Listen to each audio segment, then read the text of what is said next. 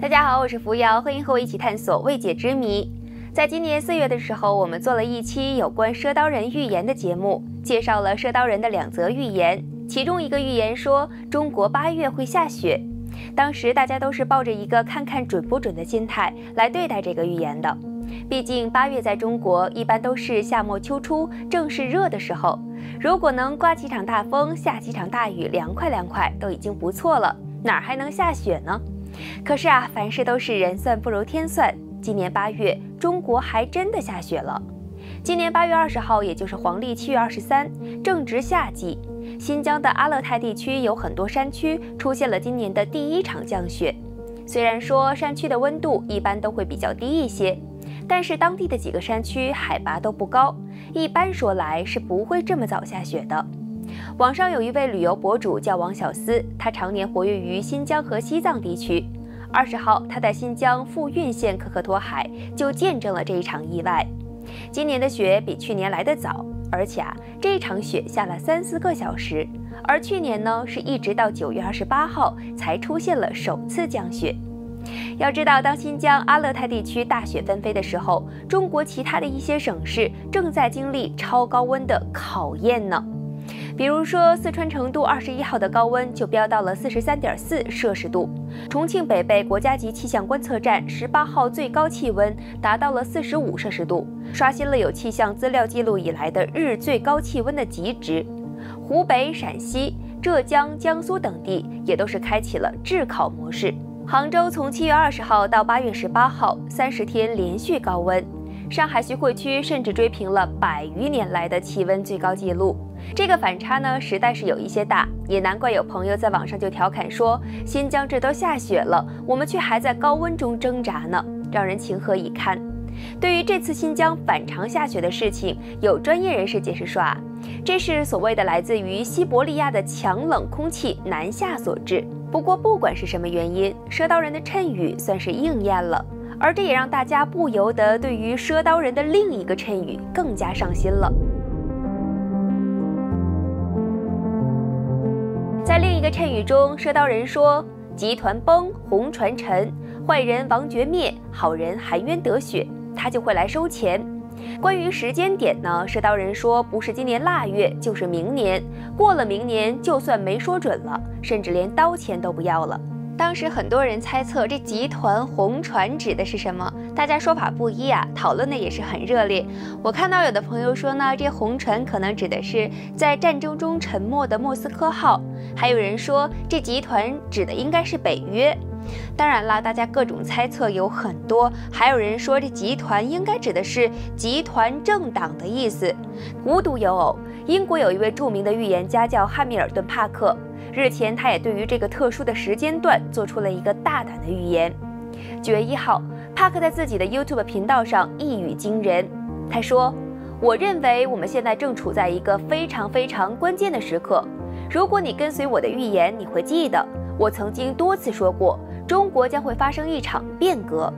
我对此谈论了很多，关于它将会以何种方式发生，将会如何发生。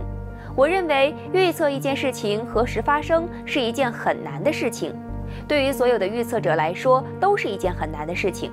但是现在这是一个非常关键的时刻。帕克表示，人们将会在10年之内看到中国完全转变，但是这个转变的开始将会很快发生，大约在2023年初、2022年底。我感到它真的离我们很近了。帕克还说，这场变革对于台湾、西藏的未来也是尤为重要。那么到时候究竟如何？帕克和赊刀人会不会不谋而合呢？我们只有到时候再看了。也许呢，看到这儿有朋友会问，这个帕克是谁呀？他凭什么来做出这些预测呢？他的预言准不准，靠谱吗？今年68岁的帕克在英国挺有名气的，真正让他进入全球大众视野的是他在2017年提前预警了一件事情，就是19年的大流行病将会席卷全球。当科威的病毒冲击整个世界的时候，帕克还有印度神童阿南德、马来西亚的预言家拿督郑伯健，他们一起成为了人们信赖的当代预言家。大家都知道，阿南德的预测方法是通过印度的吠陀占星术算出来的。这个方法在印度已经流传了几千年了，大到可以测算出来国家的未来运势走向，那么小到呢是个人的运气，都是可以算得出来的。而郑伯健呢，则是凭借他对于易经八卦的研究，他通过算卦来做预测。而帕克就和他们不一样了。帕克说他自己从小就与众不同，第六感非常的准。长大之后，他获得了某一种通灵的能力，就是可以看到未来的画面。这个呢，应该就是很多人听说过的宿命通功能，能够知道自己和其他人的前世今生。而这个功能要是运用好了，会相当准确，因为其他的方法都是推算，而这个就好像是看电影一样，清清楚楚，甚至可以看到细节。很多年来，帕克都会在一年的年末或者是年初发表他对于新一年将会发生的一些大事的预测，而有一些预言真的是准确的让人汗毛都竖起来了。比如说，早在2016年美国大选的时候，当时就有大量的媒体在说，根据民调来看，民主党总统候选人希拉里将会以绝对的优势轻松地赢得大选。而那个时候，似乎只有帕克一个人公开地站出来说，赢得大选的一定是川普。而且帕克相当自信，承受力极强，就算他在网上被人抨击了，他也是丝毫不改变自己的立场。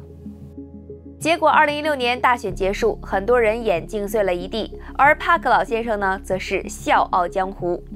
之后，帕克又对于澳大利亚做出了预言，他说2019年澳大利亚会发生一起超大的自然灾害，并且持续的时间至少会是1个月，甚至会影响到全世界。结果2019年9月，澳大利亚发生了一场让人始料未及的山火。这场大火整整燃烧了几个月的时间，烧毁了600万公顷的林地，有31动物因此葬身火海，对于整个地球的生态链都构成了重大影响。对于科威特的预测，咱们就不再赘述了。反正呢，就是这个帕克因此被很多人奉为了先知。而帕克的另一个令人震惊的预言就是俄乌战争。早在去年年底，帕克就说俄罗斯将会在2022年入侵乌克兰。结果转过年来，2月24号，俄乌战争拉开了序幕。而且在俄乌战开打之前的2天，帕克就对于这场战争的走势又做出了预测。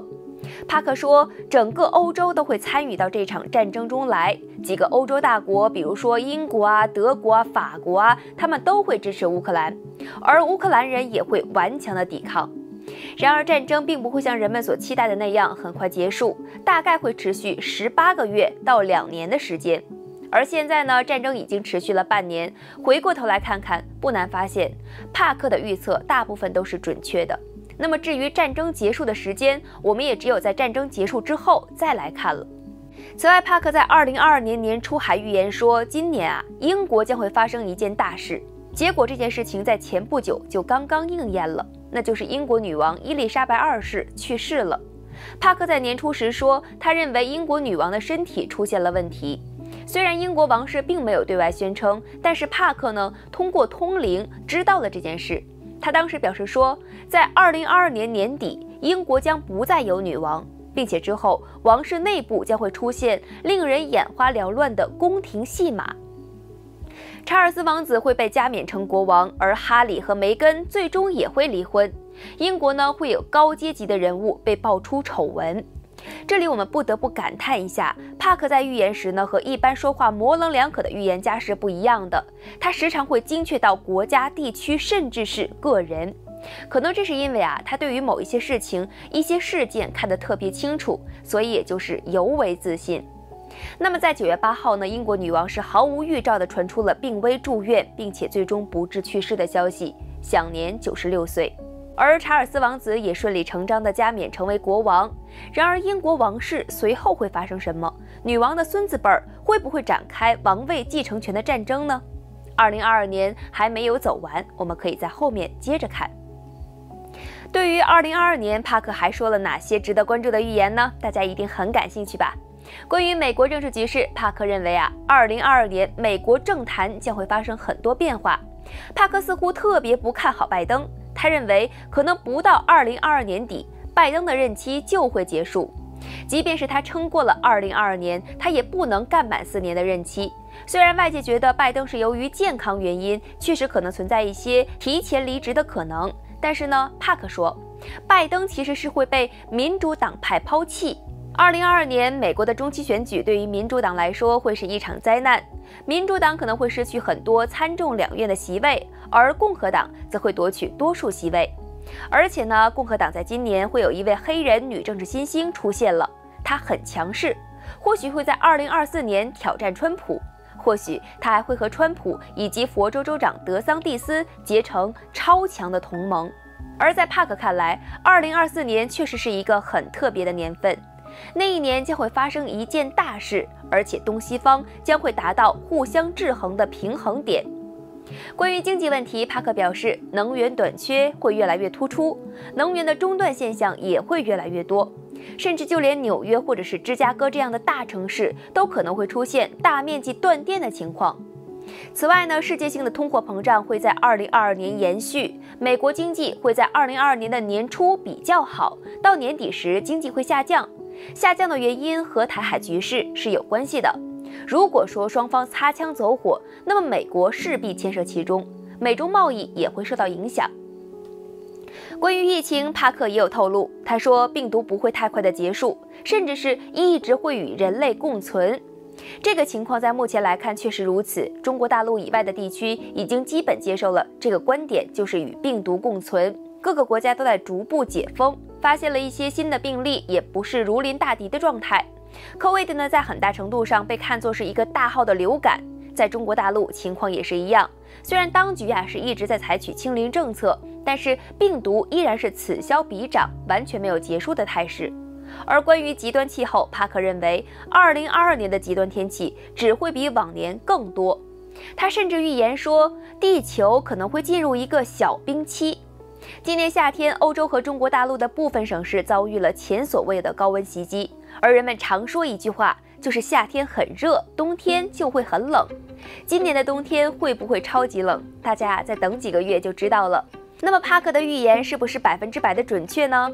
帕克自己说，他的预言并不是长期有效的，因为世间万物都是瞬息万变的，未来的事情也可能会在更高层的天意之下随时改变。而他呢，也会随时的发表视频，做出一些补充和更新。其实这个也不难理解，就连我们现在想要预言3天之后的天气都不一定准确，需要随时调整。那么预言家预测未来的1年或者是更久的大事件，就算是有一些偏差，也是可以理解的。最后呢，我想说一点自己的小感慨，在我看来预言的存在似乎是神佛在慈悲于人，让我们还有机会反思自我，趋吉避凶。而同时呢，也是给我们的机会放下对于自我的一种虚妄。冥冥之中自有天意，当我们能够以更虔诚、更谦逊的心态生活在天地之间，顺天意而为的话，或许一切就都有好的转机了。好了，今天就和大家分享到这儿，未解之谜，我是扶摇，我们下次见。